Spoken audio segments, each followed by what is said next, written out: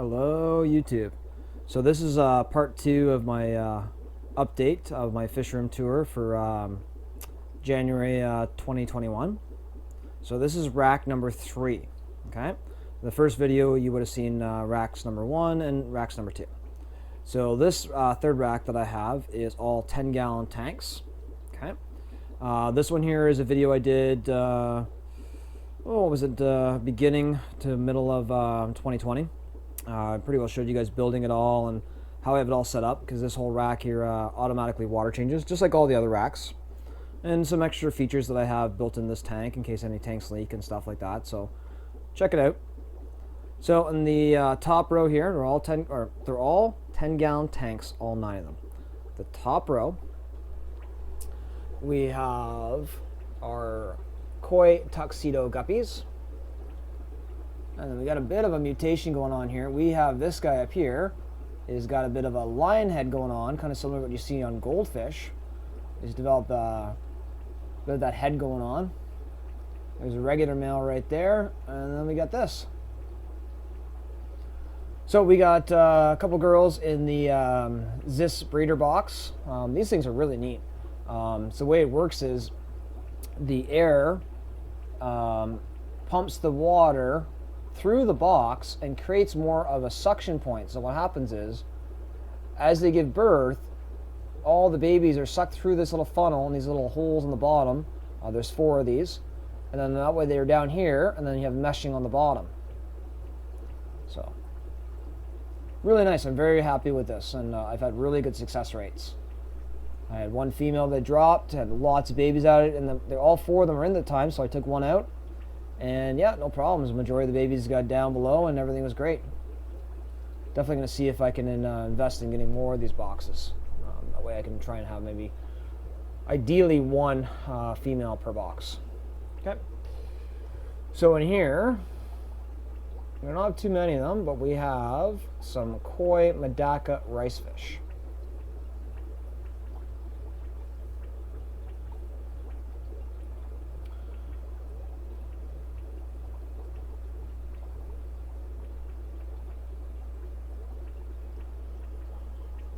And then, to the tank to the right, we have the adults.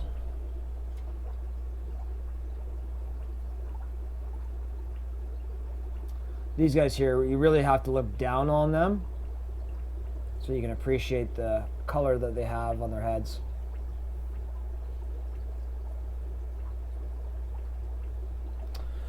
And then next row here, we have some Brevis Cichlids, Tanganic and shell dwellers. Got the big male right there.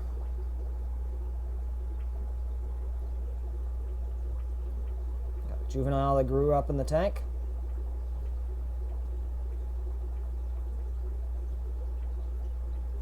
We got 2 females in here right now.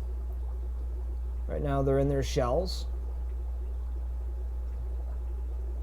And we got some a juvenile boy back there that's section maturity, but not quite to full size. And then we got some juveniles in this tank here. They're going to be going into my local fish store tomorrow. These guys here, unfortunately I lost my notes, so they were born too long ago. I believe these guys here were born, I would say probably the beginning of November-ish. I'm not sure, but they're not very old. These guys definitely grow quite fast. And in this tank here, we got a couple things going on. So we got some Lassen and we got some Kobus.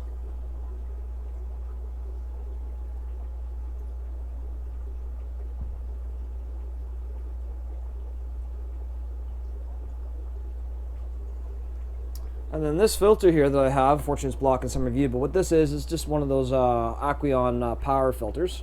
And what I do is I get some phosphate filter medium, which is those green filter mats.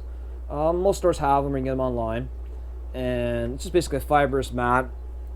And they just coat it so it'll absorb all the phosphates from your tap water, because in Hamilton, they actually add a type of phosphate to our tap water to coat the pipes due to the fact that most people have fairly old pipes from the 50s and 60s and sometimes older.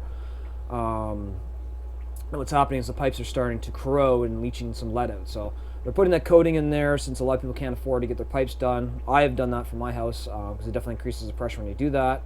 But yeah, so it's something they have to add just so that it's not affecting a lot of people.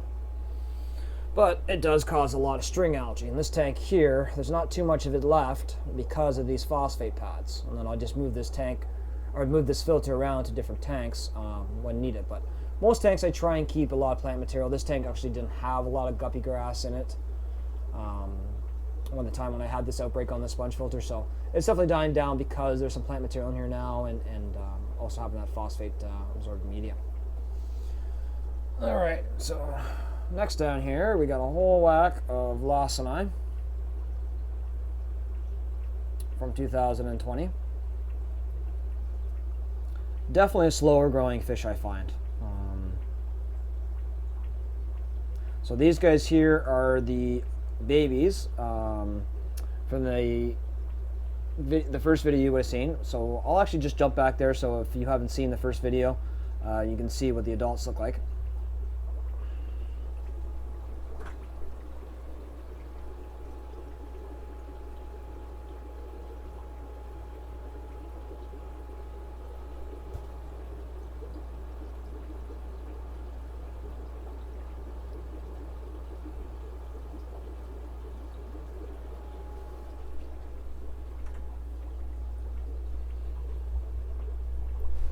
Okay,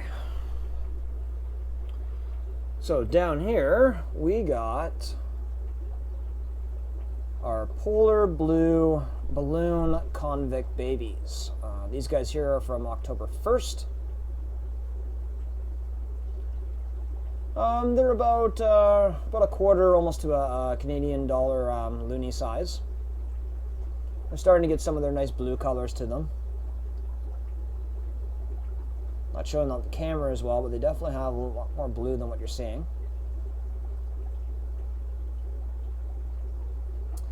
The parents of these guys, they were in the very end of the first part of this tour series for 2021.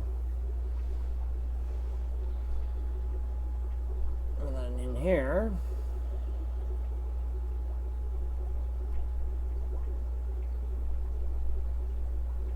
I got some Endler guppies. It's a juvenile male coloring up. Let's see how that turns out. See if we can get the original male to come in view there. So I purchased these as Santa Maria Endlers. If I can get the male to show up here. It's at the back there. So a nice black bar across the top and the red belly. Now this guy does have a little bit of green to the tail, but mostly nice in the red belly. So we got lots of them in there, and we got tons of guppy grass.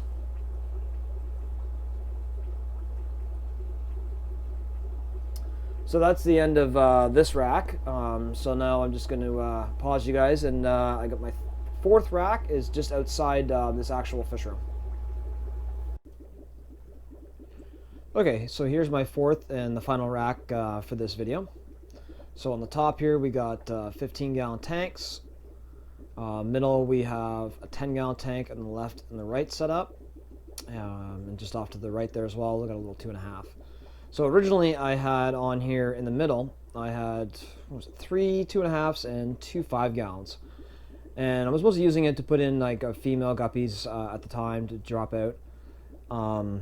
I just found it wasn't quite working for me and for what I have set up currently, so I've actually removed those tanks. I just kept the 1 2.5, and I purchased some 10-gallon tanks recently, so I'm going to get those guys drilled.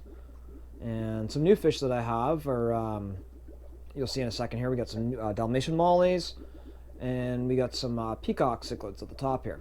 So let's start with them. So these guys, okay, we got 3 tanks. Reason being, there's a lot. This is from 2 spawns born on May the 10th. Okay. So what I've done is I've sorted them out. So obviously we got the largest to the left here. And I got the medium-sized ones and the ones that weren't getting as much food. I've got off the side here so now they can get a chance to catch up. So these guys here were not bred by me or bred at my fish room here. What happened with these guys here is at the local fish store, what was happening is they had a blood dragon peacock, and I have a picture of the original male that I'm going to show you guys in a second here.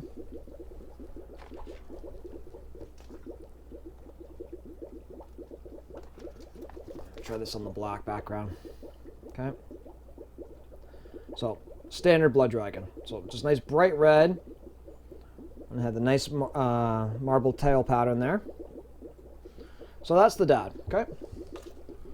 And what we're seeing is we're getting a lot of ones here that predominantly all have, let me get them to focus in, more of a blue face and a blue pattern to them.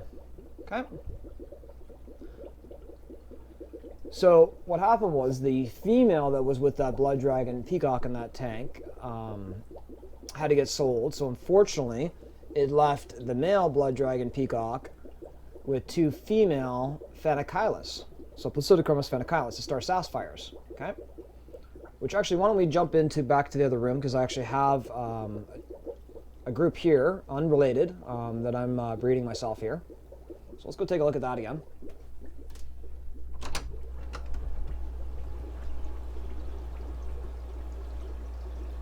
So that's the males of the Placidochromis phenachylis. Okay. So again, picture was the exact male that bred with females of this species here, not by me, not done intentionally. So I took the babies from those two spawns home. So what we're hoping to see, as much as I don't like crossbred fish at all, and I never recommend it, blood dragon peacocks technically are an aquarium strain. Okay, so we'll see what happens. You know, are we going to get blood dragon peacock with these nice spangles? Now this guy's still young, so he's not fully getting it. So if you look up the star sapphire peacocks, maybe if I can find an uncopyrighted image, I'll see if I can overlap that. And so yeah, we're going to get a peacock that has a nice orange body with the blue face and the blue spangles. We'll see.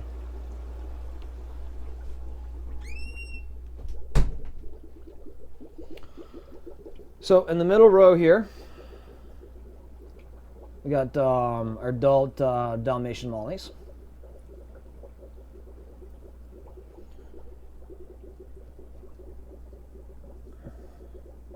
In here hiding is just a marble stuffed cloning crayfish. And then we got our babies of our Dalmatian mollies growing up. And also on the top row, I forgot, is these guys here. I found the marble dwarf crayfish had eggs on her tail on January the 1st of this year. And there is lots of babies.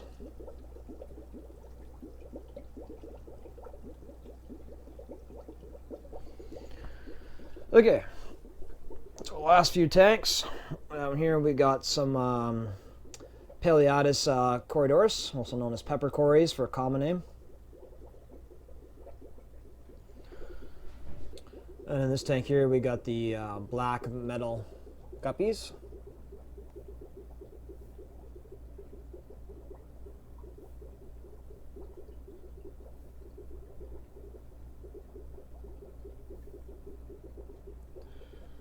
And then just the last two tanks right now, we don't really have anything in that. There's one actual marble crayfish down there, just to keep the tank biologically established with bacteria for now.